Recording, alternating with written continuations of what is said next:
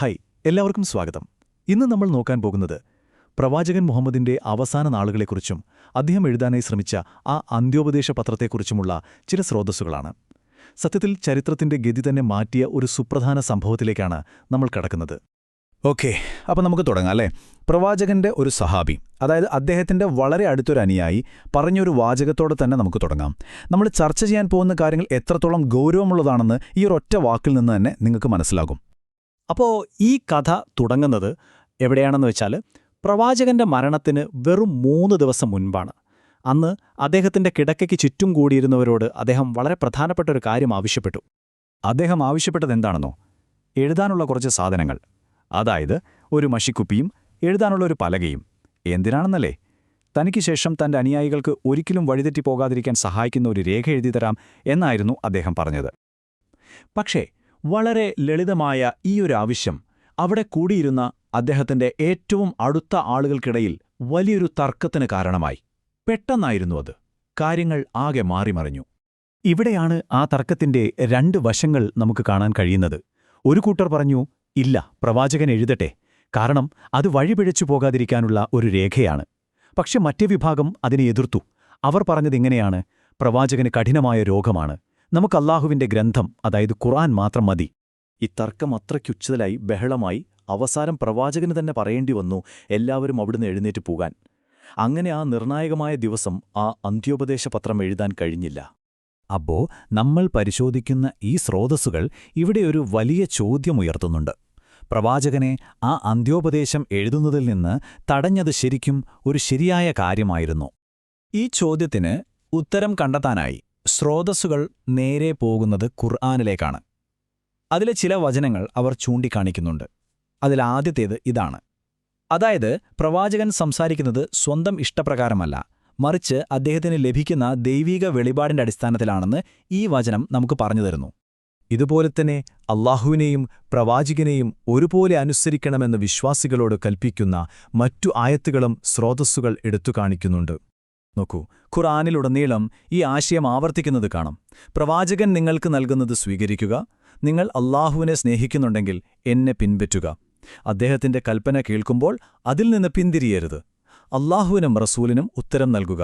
ഇങ്ങനെ പ്രവാചകനെ അനുസരിക്കേണ്ടതിന്റെ പ്രാധാന്യം എത്രത്തോളമുണ്ടെന്ന് വീണ്ടും വീണ്ടും ഉറപ്പിച്ചു പറയുകയാണ്. ഈ വാദങ്ങൾക്കെല്ലാം ഒടുവിൽ സ്രോതസ് ഈ ഒരു വചനം കൂടി എടുത്തു കാണിക്കുന്നു. ആരെങ്കിലും അല്ലാഹുവിനെയും അവന്റെ ദൂതനെയും ധിക്കരിച്ചാൽ അവർ വ്യക്തമായ വഴികേടിലാണ്. അതായത് അനുസരണക്കേടിനുള്ള പ്രത്യാഘാതം എത്ര വലുതാണെന്നിത് വ്യക്തമാക്കുന്നു. അപ്പോൾ വീണ്ടും ആ പ്രധാന ചോദ്യത്തിലേക്ക് വരാം. ഈ ഖുർആൻ വചനങ്ങളുടെ വെളിച്ചത്തിൽ ചിന്തിക്കുമ്പോൾ അന്ന് പ്രവാചകനെ തടഞ്ഞവരുടെ പ്രവൃത്തി ഈ പറയുന്ന ദൈവിക കൽപ്പനകളുമായി ചേർന്നു പോകുന്ന ഒന്നായിരുന്നോ? ശരി, ഇനി നമുക്ക് അടുത്ത ഭാഗത്തേക്ക് കടക്കാം.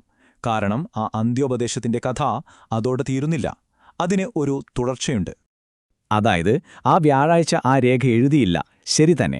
പക്ഷേ മറ്റൊരു സ്രോതസ്സ് പറയുന്നത് പ്രവാചകൻ മരിക്കുന്ന അന്ന് രാത്രി അലി അബി താലിബിന് ആ അന്ത്യോപദേശത്തിന്റെ ഉള്ളടക്കം കൃത്യമായി പറഞ്ഞുകൊടുത്തു എന്നാണ്. ആ രേഖ തുടങ്ങുന്നത് ഇങ്ങനെയാണ്: ഓ അലി, എനിക്ക് ശേഷം 12 ഇമാമുകളുണ്ടാകും, അവർക്ക് ശേഷം 12 മഹദികളും. അപ്പോൾ ഈ സ്രോതസ് അനുസരിച്ച് പ്രവാചകന് ശേഷം സമൂഹത്തെ നയിക്കാനായി ഒരു വ്യക്തമായ പിന്തുടർച്ചാക്രമം ഇവിടെ പറയുന്നുണ്ട്. അപ്പോൾ ഈ രേഖയിൽ പറയുന്ന ആ പിൻഗാമികൾ ആരൊക്കെയാണെന്ന് നമുക്ക് വിശദമായിട്ടൊന്ന് നോക്കാം.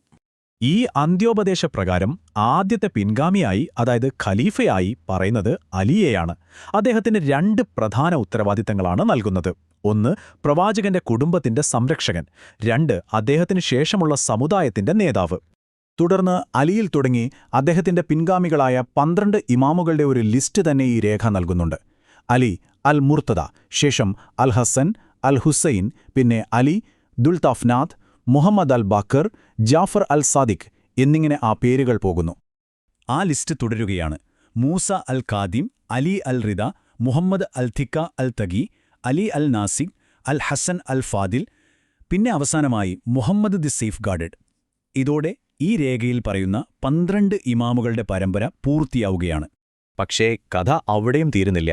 ഈ 12 ഇമാമുകൾക്ക് ശേഷം 12 മഹദികൾ, അതായത് സന്മാർഗം ലഭിച്ചവർ വരുമെന്നും ഈ രേഖയിൽ പറയുന്നുണ്ട്. അങ്ങനെ 12 മഹദികളുടെ പരമ്പരയിൽ ആദ്യത്തെ ആളുടെ പേര് വെളിപ്പെടുത്തിക്കൊണ്ടാണ് ഈ രേഖ അവസാനിക്കുന്നത്. അദ്ദേഹത്തിന് 3 പേരുകളുണ്ടെന്നും പറയുന്നു. അബ്ദുല്ല, ദൈവത്തിന്റെ ദാസൻ, അഹ്മദ്, സ്തുതിക്കപ്പെട്ടവൻ, പിന്നെ അൽ മഹ്ദി, സന്മാർഗം ലഭിച്ചവൻ. അപ്പോ ഇതെല്ലാം നമ്മളെ ഒരു വലിയ ചോദ്യത്തിലേക്കാണ് കൊണ്ടെത്തിക്കുന്നത്, അല്ലേ? ഒരൊറ്റ ദിവസം ഒരു മുറിയിൽ നടന്നൊരു തർക്കം എങ്ങനെയാണ് ചരിത്രത്തിന്റെ ഗതിയെ തന്നെ മാറ്റിമറിച്ചത്? ആ ഒരു നിമിഷത്തിന് എത്ര വലിയ പ്രത്യാഘാതങ്ങളുണ്ടാകാം.